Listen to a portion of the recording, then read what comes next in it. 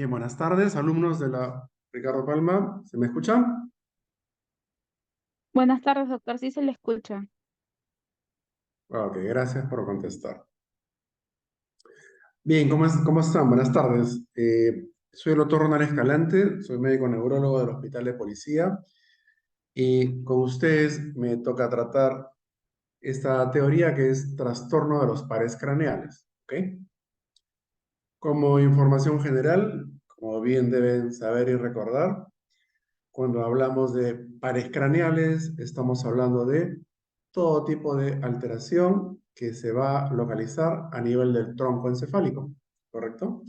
Entonces, cuando hablemos de trastornos de pares craneales, vamos a hablar de trastornos del mismo lado, es decir, ipsilaterales. ¿Ok? Bien. Recuerden que son 12 pares craneales, uno distribuido a cada lado de su distribución correspondiente a nivel del mesencéfalo, la protuberancia y el bulbo cerebral. Bien, el primer nervio a conversar es el nervio olfatorio. El nervio olfatorio es un nervio que tiene la característica de ser un nervio bipolar, ¿ok? Bipolar porque su primera neurona está localizada a nivel del neuroepitelio olfatorio, que está a su vez a nivel de la mucosa nasal, y su segunda neurona está acá, a nivel de el bulbo olfatorio. Y estos, tanto la primera como la segunda, se van a poner en contacto a través de los axones, ¿ok? Que van a atravesar la lámina cribosa del etmoides. Entonces, toda la información olfatoria es captada por la primera neurona, acá, en el neuroepitelio de la mucosa nasal, y es transmitida a través del axón a su segunda neurona, que está localizada a nivel del bulbo olfatorio, por encima de la lámina cribosa del etmoides, y es aquí donde va a comenzar la vía olfatoria. Entonces, la vía olfatoria inicia acá, a nivel del bulbo olfatorio, que está localizado en la base del lóbulo frontal. Y este bulbo olfatorio va a generar el recorrido de la vía olfatoria, que está generado o representado por el tracto o cintilla olfatoria, y a su vez esta se va a dividir en una estría medial y en una estría lateral. Esta estría lateral es aquella que va a terminar aquí, en lo que se denomina el complejo amigdalino y área prepiriforme. Esta es el área olfatoria primaria. Entonces, cualquier alteración o desorden o trastorno que origine lesión a nivel de la mucosa olfatoria, la lámina cribosa del etmoides, la base del lóbulo frontal y o el lóbulo temporal basal, va a generar desórdenes relacionados con la olfacción. ¿Ok? ¿Qué manifestaciones clínicas podemos encontrar en el trastorno de la vía olfatoria? Tenemos alteraciones cuantitativas, como anosmia y hiposmia. Tenemos alteraciones cualitativas, que son distorsiones de la olfacción, y las alucinaciones olfatorias, que las vamos a definir una por vez. Anosmia, por definición, se le antepone la letra A porque significa que la persona pierde la capacidad de percibir, ¿sí?, las sustancias o partículas que generan olor. Tenemos causas nasales, cuando generan problemas relacionados con la mucosa nasal que no permite la captación del mismo. Por lesiones del neuroepitelio olfatorio, ejemplo clásico, coronavirus. La gran mayoría de personas tenían defectos de hiposmia o trastornos de la olfacción, traumatismos en los cuales se vaya a generar una fractura, por ejemplo, de la lámina cribosa del etmoides, o aquellas lesiones que vayan a infiltrar, presionar, comprimir el bulbo olfatorio, el tracto olfatorio o la vía olfatoria. Entonces, entre la base del lóbulo frontal y el lóbulo temporal, donde está localizada el área olfatoria primaria. ¿Qué otras alteraciones del olfato podemos tener? Tenemos las parómias, que son distorsión de la sensación olfatoria por patologías nasofaringeas, lesiones del lóbulo olfatorio o las alucinaciones olfatorias que siempre van a tener un origen central, ya sea, por ejemplo, como un aura epiléptica, como por ejemplo las epilepsias psicomotoras del lóbulo temporal, o en patología psiquiátrica, ¿no? La caracterización más común que vemos en un paciente psicótico esquizofrénico es, por ejemplo, la cacosmia, ¿no? A eso se refiere con alucinación olfatoria. Entonces, puede ser un aura epiléptica o puede ser la manifestación de un desorden psiquiátrico, ¿no? Como la cacosmia. El paciente refiere que lo que huele, huele a heces. A eso se refiere. El segundo nervio craneal, que es el nervio óptico, un nervio muy interesante para analizar. Es una vía cerebral porque obviamente está formado por sustancia blanca y va a hacer la conexión entre la retina y todo lo que corresponde a la vía visual. Entonces, cuando hablamos de problemas de la vía visual, hablamos de patologías prequiasmáticas, o sea, del nervio óptico, o patologías quiasmáticas, propiamente de quiasma óptico, y patologías postquiasmáticas. ¿Ok? Entonces, hablamos de nervio óptico, hablamos de patología prequiasmática.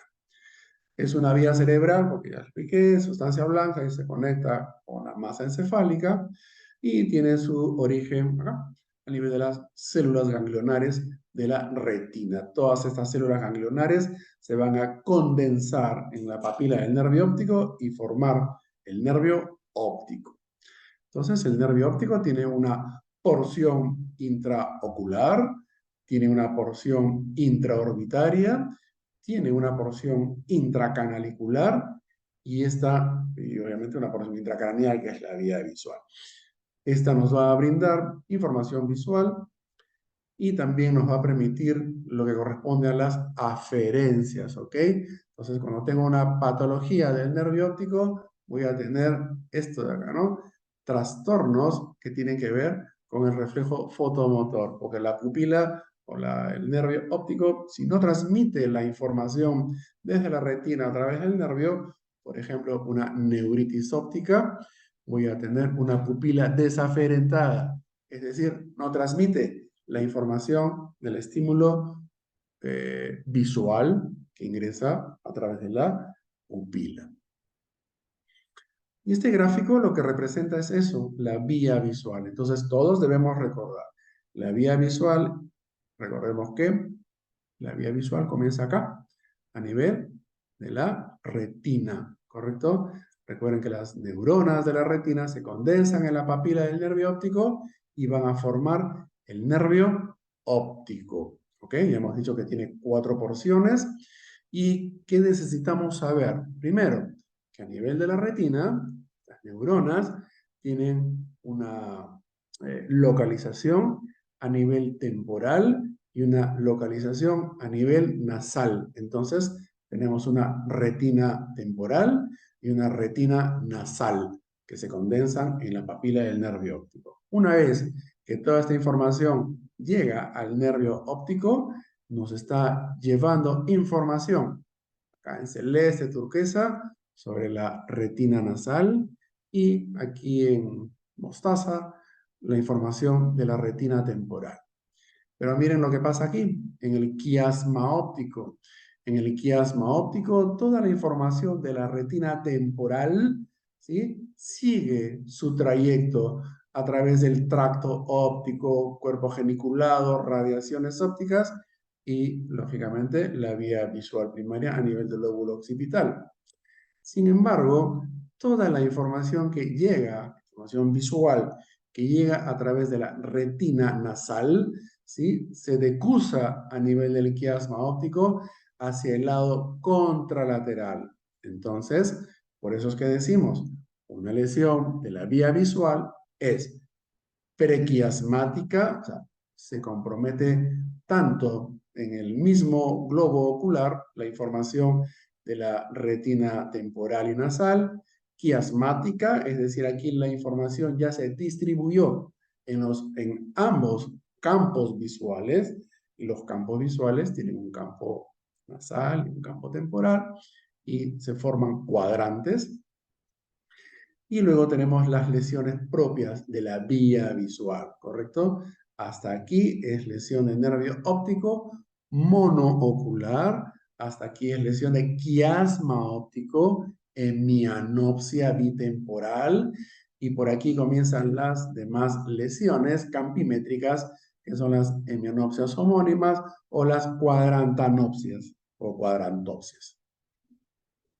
¿Qué es lo que buscamos de la evaluación de la vía visual? Obviamente, buscamos la agudeza visual, que es la nitidez. Nos brinda información sobre la visión de colores, nos brinda información sobre el campo visual. Para eso es este gráfico, para hablar de campo visual. Entonces, el campo visual tiene un campo nasal, un campo temporal, de un ojo y en ambos ojos. Es la forma como exploramos la vía visual. Tenemos el reflejo fotomotor. Ya les dije, si tenemos una lesión de nervio óptico, voy a tener una pupila desaferentada y voy a tener una alteración del reflejo fotomotor uni y bilateral. Y la oftalmoscopía, que es la evaluación del fondo de ojo. Entonces, en las lesiones prequiasmáticas, que son las lesiones del nervio óptico propiamente, vamos a encontrar déficit monoocular, o sea, lesión de un nervio óptico, entonces lesión monoocular de un nervio. Disminución de la agudeza visual, vamos a ver borroso, vamos a ver algodonoso, vamos a ver oscuro, dependiendo el grado de lesión que tenga este nervio. Alteración de la visión de colores, hay discromatopsia, hay déficit del campo visual, es decir, tenemos solo un escotoma central en el campo visual. Disminución del reflejo fotomotor, porque está desaferentada la pupila, y alteración o no en el fondo de ojo.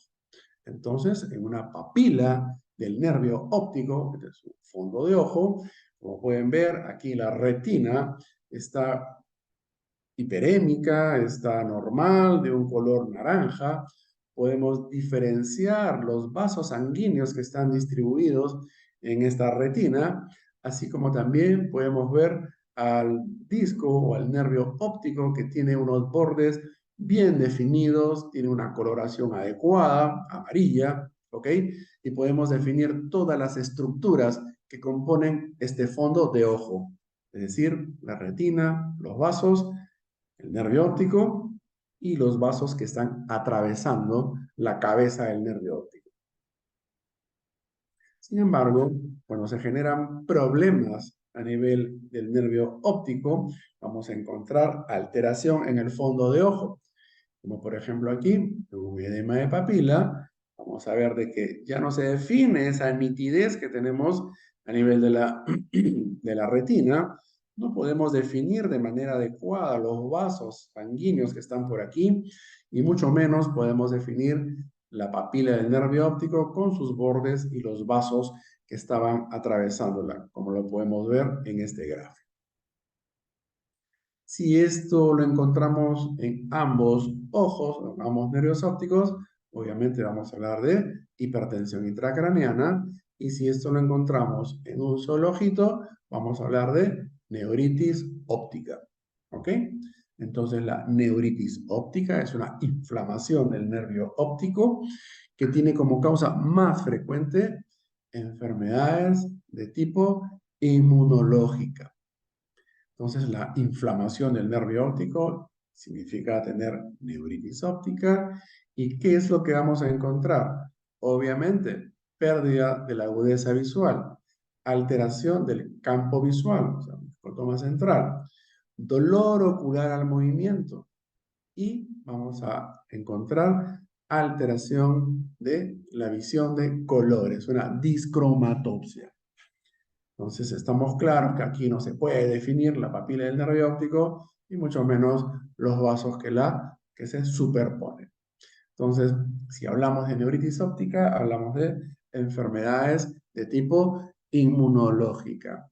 Entonces, siempre que una persona hace neuritis óptica, primero, como tiene etiología autoinmune, entonces es patología de gente joven, ¿sí? Es más frecuente en las mujeres que en los varones. Suele ser unilateral, a veces también es bilateral. En estos casos hacemos todo un screening de descarte de enfermedades autoinmunes que puedan estar lesionando el nervio óptico, ¿ok? También podemos ver neuritis óptica en el contexto de desarrollo de enfermedades como por ejemplo lupus, pacientes lúpicos o con LES, o pacientes con AR, pacientes reumatoidea, pueden hacer complicaciones, bueno, son enfermedades sistémicas y por lo tanto pueden hacer complicaciones en cualquier estructura y el nervio óptico puede ser una de ellas. También tenemos enfermedades desmielinizantes como la esclerosis múltiple, donde la neuritis óptica puede ser una entidad predictiva, ¿sí? Es lo que se conoce como el síndrome clínico aislado. Es decir, una persona joven con una resonancia cerebral normal que debuta con una neuritis óptica y no encuentra una etiología autoinmune, es decir, mi perfil de vasculitis me sale negativo, puedo pensar que este paciente tiene hasta un 40 o 50% de realizar esclerosis múltiple en los próximos 5 años. ¿Ok? Entonces, es importante tener esa información porque puede ser un factor predictivo para más adelante. Al ser esto una enfermedad de tipo autoinmune, obviamente el tratamiento es con esteroides a altas dosis, aquí prednisolona, y también podemos utilizar medicación como por ejemplo plasmaféresis o incluso inmunoglobulinas para tratar de eliminar los anticuerpos que están haciendo que se lesione este nervio óptico. ¿Ok? En algún grupo de pacientes, la recuperación puede ser buena. En otro grupo de pacientes con neuritis óptica, la recuperación puede no ser significativa. ¿Sí? También hay un grupo de pacientes que hace lesión del nervio óptico por el consumo de alcohol metílico. ¿Sí? Hace algún tiempo hubo un problema con un licor barato que lo vendían en las licorerías, obviamente, y que la gente que consumía este licor, al ser alcohol metílico, produce lesión del nervio óptico y terminaban con ceguera. Algunos, obviamente por intoxicación, iban a la muerte. Entonces, lo que hemos hablado está en función a las lesiones de la vía visual. Hemos dicho que las lesiones pueden ser prequiasmáticas por problemas del nervio óptico o por lesiones como por ejemplo neuritis óptica. ¿Y qué es lo que voy a tener aquí en negro? Una amaurosis, ¿ok? Monocular. Si la lesión está aquí a nivel del quiasma óptico, es la lesión clásica de hemianopsia bitemporal.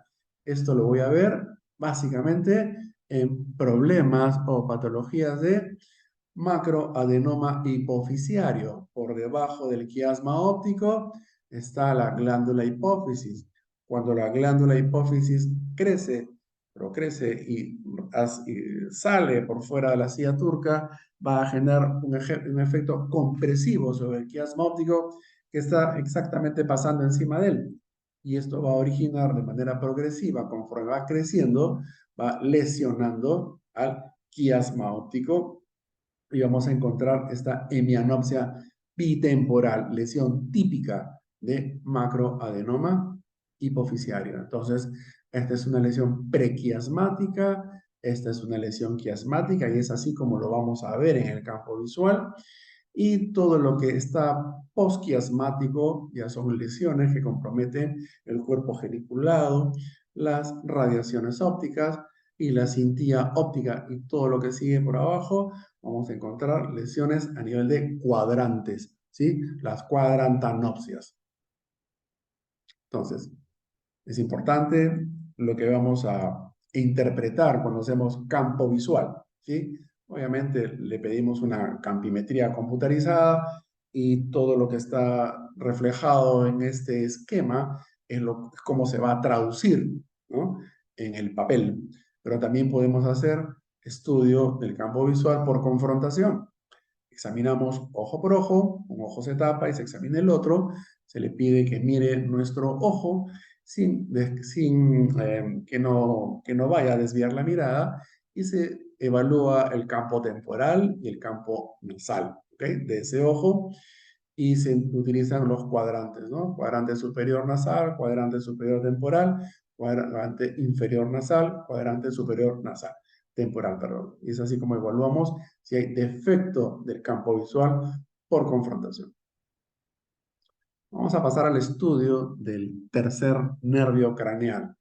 Este nervio craneal es muy importante porque va a generar inervación motora al músculo elevador del párpado, va a generar inervación motora al músculo recto interno, va a originar función motora al oblicuo menor, va a generar función motora al recto inferior, ¿ok? Y también le va a dar una inervación parasimpática a la pupila, al iris, ¿ok? Entonces, el tercer nervio craneal tiene inervación parasimpática hacia la pupila, hacia el iris, ¿ok? Entonces, si hay una vía parasimpática a nivel de la pupila, también hay una vía simpática, ¿ok? ¿Qué función cumple el tercer nervio craneal en la vía parasimpática para la pupila? Es un irido constrictor, o sea, produce miosis. Si se lesiona el tercer nervio craneal, lo que voy a tener es predominancia de la vía simpática, que es iridodilatador, entonces tendré midriasis. ¿Ok? Entonces, esto es para reflejar lo que hemos dicho, a qué músculos inerva, a los rectos internos, superior, inferior y oblicuo menor, así como al elevador del párpado y también le da inervación parasimpática a la pupila. Entonces, cuando yo tengo una lesión del tercer nervio craneal, voy a tener ptosis palpebral, voy a tener desviación de la mirada hacia afuera, porque está jalando el recto externo, sexto nervio, oculomotor, y si es que se compromete la fibra parasimpática, voy a tener midriasis. Y si no se compromete la vía parasimpática, voy a tener la diplopia con la ptosis, pero sin dilatación pupilar, sin compromiso pupilar. Entonces, cuando tengo una lesión del tercero, debo especificar, ¿es un tercero completo o es un tercero incompleto? Digo que es un tercero completo cuando tengo midriasis y digo que es un tercero incompleto cuando no tengo midriasis. ¿Ok? ¿Qué cosas pueden hacer que se genere la lesión del tercer nervio craneal? Realmente son varias, ¿no? Los traumatismos craneales pueden lesionar cualquier oculomotor, también por problemas de meningitis, y las meningitis producen aracnoiditis basal, se puede lesionar cualquiera de los oculomotores que van por la base del cráneo, también las hemorragias aracnoideas y por algún fenómeno compresivo por etiología tumoral. Y para aquellos pacientes donde haya midriasis, ¿correcto? El tercer nervio craneal pasa entre dos arterias, es lo que se denomina la pinza arterial del tercer nervio craneal. Entonces, si se genera algún tipo de dilatación de la cerebral posterior o la cerebelosa superior, que son las arterias por donde pasa este tercer nervio, se va a generar presión sobre el mismo y se lesiona la vía parasimpática y se produce la midriasis. Eso generalmente pasa por dilataciones aneurismáticas de cualquiera de estas dos arterias. La causa más frecuente de lesión del tercer nervio craneal sin compromiso pupilar tiene que ver básicamente con enfermedades metabólicas, ¿sí? Los diabéticos, los hipertensos, los dilipidémicos pueden hacer lesión del tercero, de etiología metabólica, ¿sí? Para poder diagnosticar, tenemos que evaluar, obviamente, el encéfalo mediante estudios de resonancia que nos permitan determinar qué es lo que está pasando, ¿ok? ¿Por qué motivo se ha generado esta lesión? Que suelen ser básicamente microisquemias.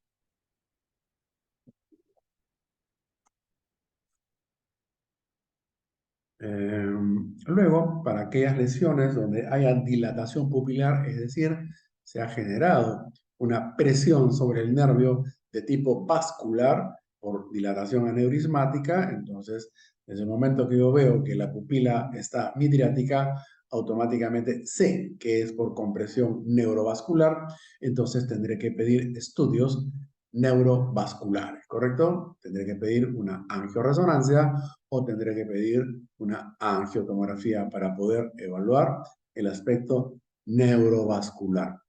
La recuperación es variable, obviamente, dependiendo el grado de lesión que tenga el nervio. Entonces, cuando hablamos de oculomotores, hablamos del tercero, hablamos del cuarto y hablamos del sexto nervio craneal. Cuando yo tengo diplopia, que es visión doble, voy a tener diplopia horizontal o voy a tener diplopia vertical, ¿ok? Diplopia horizontal, veo dos objetos, uno al costado del otro. Entonces, cuando un paciente te dice que veo doble al costado, entonces significa que tienes un problema o en el tercero o en el sexto nervio craneal. Pero si un paciente te dice que tiene diplopia vertical, o sea, ve doble uno encima de otro, está diciendo que su lesión está a nivel del cuarto nervio craneal, nervio troclear.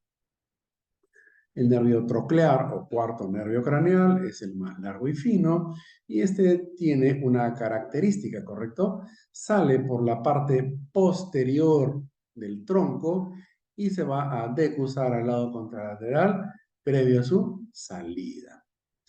Entonces, en este gráfico está representado cómo es en la mirada primaria. En la mirada primaria es lo que comparamos la simetría, ¿no? De los globos oculares y las pupilas en función a su equidistancia en lo que es la apertura palpebral. Aquí en la mirada primaria vemos de que el globo ocular derecho está elevado hacia arriba y esta paciente tiene la equidistancia horizontal correcta. Es decir, en la mirada primaria su globo ocular está elevado hacia arriba. Es discreto. Cuando a este paciente le pedimos que lateralice la cabeza hacia el lado donde tenemos la elevación del párpado, del globo ocular, que es el globo ocular lesionado, nervio, perdón, lesionado, vemos de que esta elevación del globo ocular se hace más notoria, ¿ok? Le pedimos que haga una mirada horizontal para relajar la mirada y cuando le pedimos que lateralice la cabeza hacia el lado contralateral, que es el lado sano, vemos que la mirada se corrige la equidistancia. ¿Ok? Esta maniobra se llama el test de Wilczewski. ¿Ok? Empeora lateralizando la cabeza hacia el lado de la lesión, vemos que el globo ocular se eleva, y corrigen lateralizando la cabeza hacia el lado contralateral, es decir, hacia su lado sano. Test de Wilczewski, diplopia vertical, lesión del cuarto nervio craneal. Dentro del desarrollo de estas oftalmoplegias, tenemos algunas que son oftalmoplegias dolorosas, es decir, parálisis oculomotora asociada a dolor ocular o periocular. Esto significa que hay un proceso de infiltración, presión, contacto a nivel del seno cavernoso. El seno cavernoso es la estructura por donde van a discurrir, van a pasar, van a atravesar los oculomotores, pero también va a pasar el quinto nervio craneal en su primera rama, el quinto 1. ¿Ok? Entonces, si tengo una oftalmoplegia dolorosa, debo evaluar el seno cavernoso porque puede ser que haya una lesión que ocupe espacio infiltrativa inflamatoria o neoproliferativa esté originando presión sobre cualquiera de estos oculomotores, pero ¿cuál es la característica? Que es dolorosa, ¿correcto? El tratamiento es con corticoides, analgésicos y obviamente si se detecta una lesión expansiva infiltrativa, obviamente habrá que hacer algún tipo de corrección quirúrgica. El quinto nervio craneal, quinto par craneal, es el nervio trigémino. Es trigémino porque tiene obviamente tres ramas, ¿correcto? Quinto 1, que es la rama oftálmica, quinto 2, que es la rama maxilar superior, y el quinto 3, que es la rama maxilar inferior. Es un nervio mixto de tipo sensitivo motor que le da la sensibilidad a la orofaringe, al paladar, la mucosa nasal, a los senos paranasales, los dientes, la córnea, la conjuntiva y la dura madre de la fosa craneal anterior y media. Y los músculos de la masticación y el tensor del tímpano. Entonces, en el quinto 1, que es la rama oftálmica del nervio trigémino, va a generar inervación a la órbita del ojo, a los párpados y a la frente del mismo lado, a la mucosa nasal y a los senos paranasales, ¿correcto? Es un nervio sensitivo puro. Luego tenemos el quinto 2, que es el nervio maxilar superior. Este va a inervar la mejilla, el párpado inferior, la nariz del lado superior, la nasofaringe, paladar duro y blando, seno maxilar y dientes de la arcada dentaria superior. ¿Ok? No se olviden, cuando hablamos de patología de pares craneales, hablamos de patologías del mismo lado, ipsilateral. Luego tenemos el quinto 3, que es la rama maxilar. Esta va a inervar a la mandíbula, va a inervar al mentón, la oreja, el carrillo y los dientes de la arcada dentaria inferior. ¿Y por qué es importante saber todo esto? Porque cuando hablamos de patología del nervio trigémino, vamos a hablar de un trastorno que es la neuralgia del nervio trigémino. Neuralgia significa dolor de un nervio. Y cuando hablamos de dolor de un nervio, estamos hablando de un dolor que suele ser intenso, que puede ser de difícil manejo, ¿ok? Y donde el tratamiento que se utiliza no son los analgésicos o los antiinflamatorios, ¿ok? No sirven, no tienen utilidad para este tipo del dolor. Entonces utilizamos otro espectro de fármacos que sirven, que tienen utilidad en el control de este tipo de dolor. La característica del dolor de la neuralgia del trigémino es un dolor unilateral, paroxístico, brusco, súbito, intenso, ¿ok? Que tiene relación o que tiene como factor desencadenante algunas maniobras gatillo. Hemos visto por dónde se distribuye el nervio, ¿ok? Entonces el hecho de bostezar, el hecho de cepillarse los dientes, el hecho de tocarse la cara, el hecho de deglutir, pueden ser mecanismos que activen ese dolor agudo lancinante que se caracteriza en lo que nosotros sabemos que es la neuralgia del trigémino. Las ramas más frecuentes son el quinto 2, quinto 3, que son las ramas maxilares.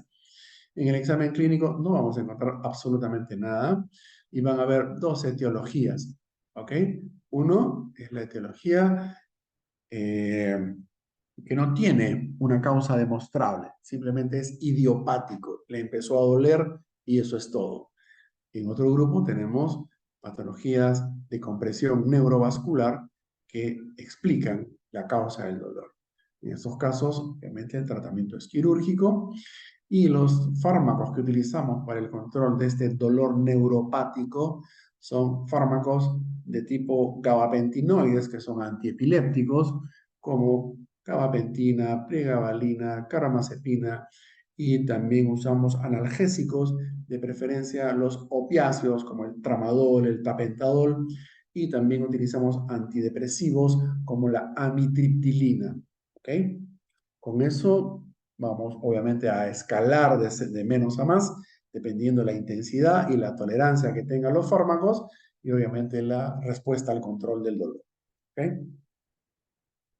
Estamos hablando de problemas de dolor crónico. Sexto nervio craneal es el motor ocular externo, es el nervio que se encarga de inervar al músculo recto externo, que es el que lleva el ojo hacia afuera.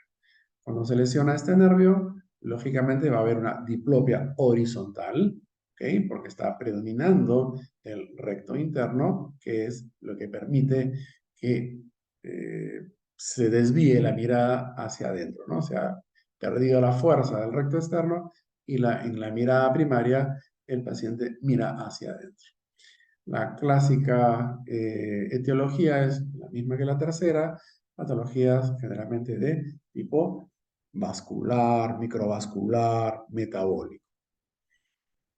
Nervio facial, séptimo, nervio craneal, ¿ok? O paracraneal. Porque es importante reconocer las lesiones de nervio facial porque es una patología bastante frecuente y a veces no saben reconocerlo, a veces se equivocan, ¿ok? Entonces, cuando hablamos de patología o parálisis de Bell o parálisis del séptimo par craneal, vamos a ver que se compromete la función motora de toda la hemicara, ¿ok? De toda la hemicara, es decir, la persona pierde la capacidad de arrugar los músculos de la hemifrente, pierde la capacidad de cerrar el párpado, pierde la capacidad de gesticular con la mitad de la cara. Entonces, si hablamos de parálisis facial periférica o parálisis de Bell, hablamos de que hay una parálisis o una debilidad muscular de toda la hemicara. ¿Ok? Y ciertas características acompañan a la lesión de este nervio. La causa más frecuente es de tipo viral, se presenta con mucha frecuencia en los cambios de estación, cuando pasamos de calor a frío, de frío a calor. Esta es la temporada ahorita donde estamos en cambio de clima, donde empiezan a llegar estos pacientes con parálisis de Bell. Y si a esto le agregamos contextos donde haya disminución de la inmunidad, es decir, pacientes que tengan enfermedades crónicas como ser diabéticos, como ser pacientes oncológicos o condiciones donde la persona esté sometida a estrés o presión, son los factores que precipitan que esto se pueda generar. ¿Okay? Debemos recordar que hasta en el 50% de pacientes va a haber un dolor retroauricular. ¿Por qué? Porque el virus se aloja, ingresa al ganglio que tenemos detrás de la oreja y es ahí donde comienza el síntoma en el 50% de pacientes, que es dolor retroauricular. Esto precede generalmente 24 o 48 horas de la parálisis. Una vez que se lesiona, recordemos que tenemos unas ramas, unos nervios que acompañan al tercer nervio craneal y tenemos a este, por ejemplo, que es el intermediario de Reisberg, que le va a dar inervación a las glándulas lagrimales y salivales y a la cuerda del tímpano, que va a darle la inervación sensorial a los 2/3 anteriores de la lengua. Entonces, cuando yo tengo lesión del nervio facial, debo preguntar si este paciente tiene problema de tipo del gusto, si tiene disgeusia, ¿ok? Entonces sabré que si se ha lesionado, también ha comprometido a su ramita que se llama la cuerda del tímpano. Si se ha lesionado este nervio, también le da una rama al músculo estapello del oído y puede generarse hiperacusia dolorosa. Y sabemos que el intermediario de Reisberg le da una inervación a la glándula lagrimal y salival y pueden tener epífora o lagrimeo. En este grupo de enfermedad o trastorno del nervio facial también puede darse lo que se llama el síndrome de Ramsay-Hunt. El síndrome de Ramsay-Hunt es una parálisis facial periférica, pero de tipo infecciosa, es decir, cuando existe un brote herpético a nivel del pabellón auricular o a nivel del conducto auditivo externo. Por vecindad se inflama el nervio facial que pasa adyacente y se produce una parálisis facial secundaria a esta infección herpética a nivel del conducto auditivo o pabellón auricular, lo que se llama el síndrome de Ramsay-Hunt. El octavo par craneal es un nervio que nos permite percibir la audición, pero también tiene que ver con el equilibrio, ¿correcto? La rama coclear se encarga de la audición y la rama vestibular se encarga del equilibrio. Sus receptores del octavo par están localizados en el utrículo y sáculo y son los otolitos. Y estos otolitos tienen una relevancia justamente en pacientes que presentan vértigo periférico, ¿no? Entonces, los otolitos van a registrar las impresiones estáticas y los canales semicirculares van a registrar las impresiones dinámicas. Y obviamente está conectado mediante vías con el cerebelo, con los oculomotores, con el tronco encefálico y los centros espinales y corticales. Entonces, cuando tenemos vértigo periférico, vamos a tener nistagmus, vamos a tener un trastorno del equilibrio, vamos a tener náuseas y vómitos. Todo está en relación a estas conexiones que hay. Y lo mismo pasa con el vértigo central, pero ahora les voy a explicar. ¿Qué síntomas se producen cuando hay problemas a nivel del nervio óptico, del nervio auditivo, perdón?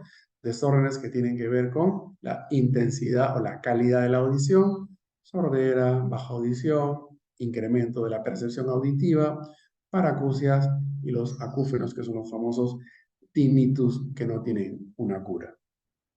¿Cómo se explora el octavo nervio craneal? Mediante la audiometría tonal y la logoaudiometría.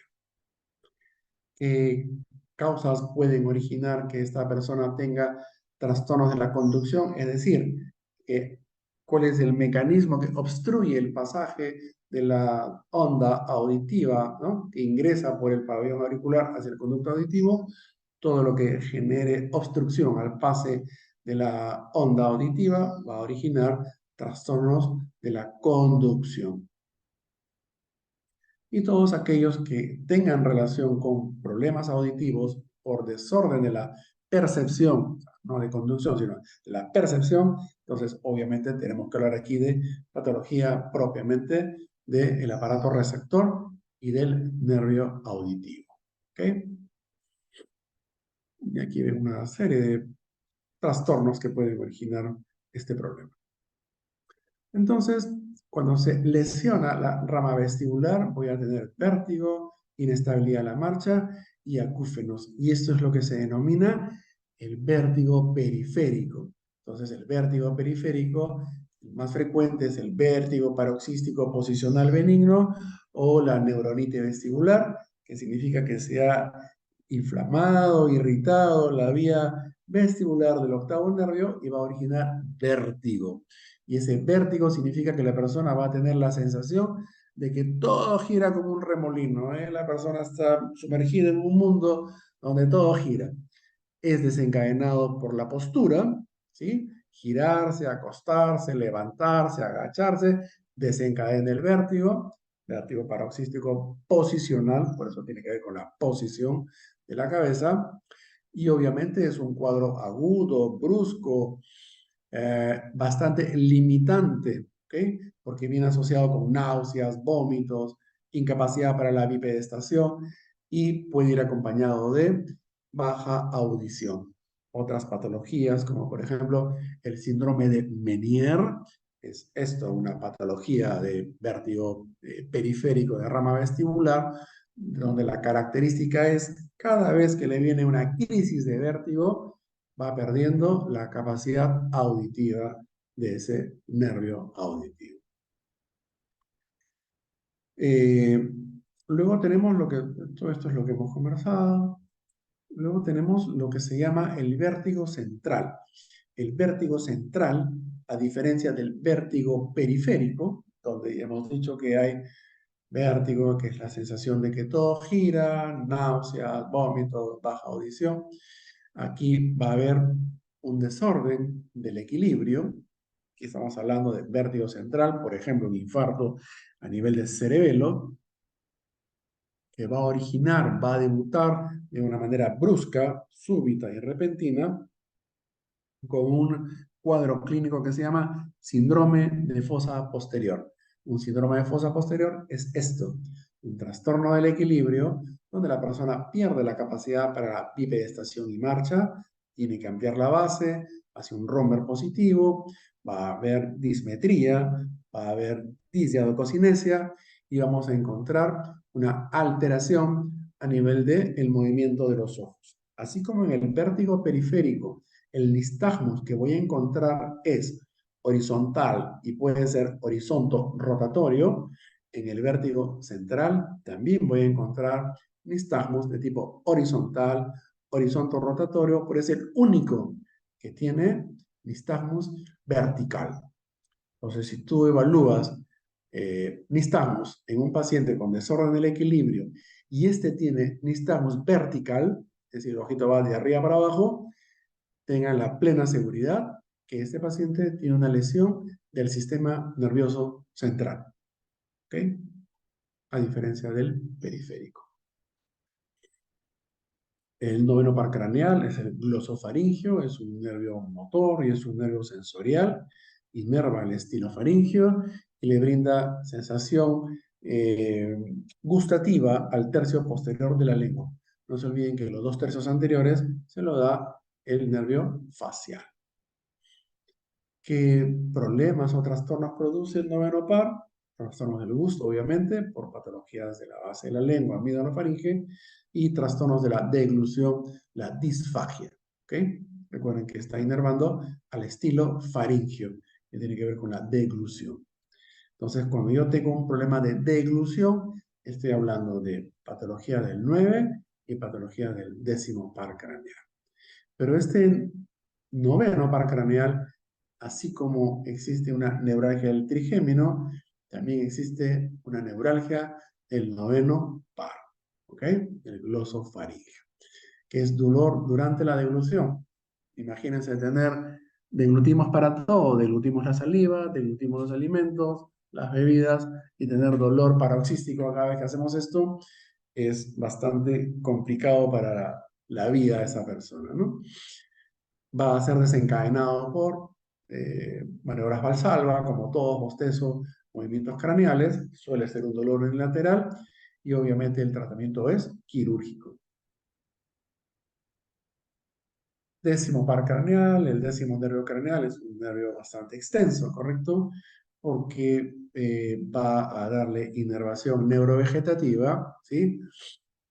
A nivel cardio, gastro, reno, neumoentérico. ¿Okay? O sea, literalmente está en todas partes. Las lesiones que producen la lesión del 10º par, vamos a explorar este 10º par mediante la simetría a nivel del velo del paladar. ¿Okay? Para eso evaluamos la úvula y el velo del paladar. Si hay una ptosis del velo del paladar o el signo de la cortina, sabemos que estamos frente a una lesión del 10º par craneal, y si vemos una desviación de la úvula, obviamente hacia el lado contralateral, estamos viendo que hay una lesión de este par. Y mediante la deglución, por eso les decía, lesiones del 9 y del 10º tienen que ver con la deglución. Entonces, podemos evaluar la deglución mediante la ingesta de líquidos o sólidos. Y va a haber trastorno de la deglución, disfagia. También nos da inervación al nervio circunflejo laringio, que es el que va a nivel de las cuerdas vocales. Entonces podemos encontrar patología de tipo disfonía, o lo clásico es voz bitonal. ¿Okay? La exploración parasimpática nos va a originar taquicardia, bradicardia, trastornos respiratorios y trastornos de los oculocardíacos. Luego tenemos el 11º par craneal, es el espinal. Este nervio craneal va a inervar a los músculos esternocleidomastoideos y trapecios. ¿Ok? Entonces, cuando se lesiona este nervio, va a disminuir la masa muscular. Entonces, tenemos que evaluar la simetría que hay entre la espalda, entre el cuello y obviamente los músculos trapecios. Y vamos a ver que si hay lesión, va a disminuir la masa muscular del mismo lado, del músculo esternocleidomastoideo y trapecio, y obviamente va a haber una caída, una asimetría a nivel de los hombros. El doceavo par craneal es el nervio hipogloso, es un nervio exclusivamente motor, se encarga del movimiento de los músculos de la lengua del mismo lado, músculos de la región infraoidea, y también le da inervación al genio ioideo. Su lesión se caracteriza porque desvía la lengua al protruirla hacia el lado parético y no hacia el lado sano, que sería lo correcto. Muy bien, esa es la presentación correspondiente a trastorno de los pares craneales, y si tuvieran alguna pregunta, me la realizan.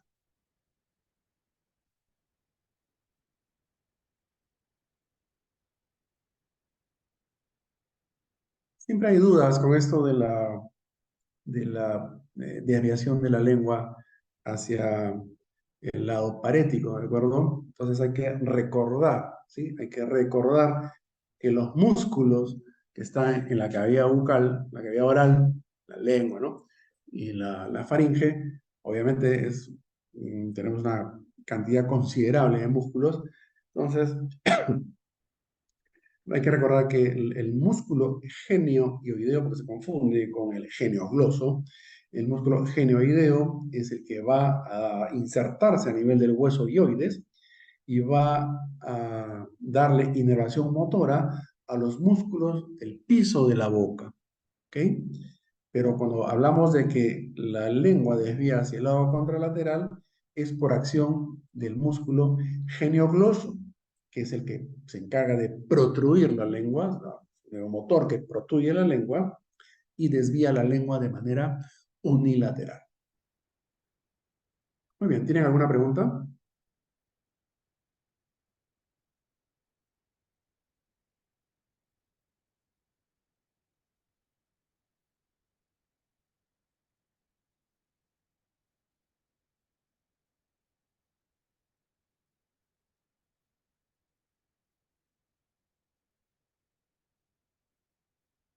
Ok, si no tienen ninguna pregunta, eso es todo y espero que les haya quedado claro esta clase, que es bastante fácil y dinámica para poder entender lo que se produce cuando se genera lesión de un nervio o par craneal. Muy bien, que tengan buena tarde, suerte. Gracias, doctor. Buenas tardes.